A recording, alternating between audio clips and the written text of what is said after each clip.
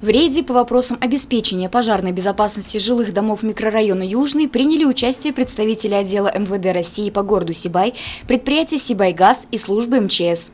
Пожарно-профилактическая комиссия посетила проблемные дома, в которых в прошлые года уже происходили возгорания и пожары. Особое внимание также было уделено адресам, где проживают люди из так называемой группы риска. Это неблагополучные семьи и одинокие пожилые люди. Сегодня мы проезжали, в частности, по улице Барангулова, Гатлишинской, заходили в адреса, скажем, замечания были, в основном замечания касаются электропроводки.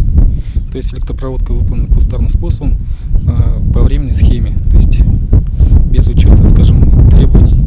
Подобного рода рейды не несут в себе цели наказать или привлечь к ответственности людей. При выявлении определенных нарушений представители пожарно-профилактической комиссии выдают жителям проблемных домов предписания и рекомендации по предупреждению пожаров. Евдокия Титаренко, Алик Кадыров, Гульгина Раскильдина, телекомпания СТВ.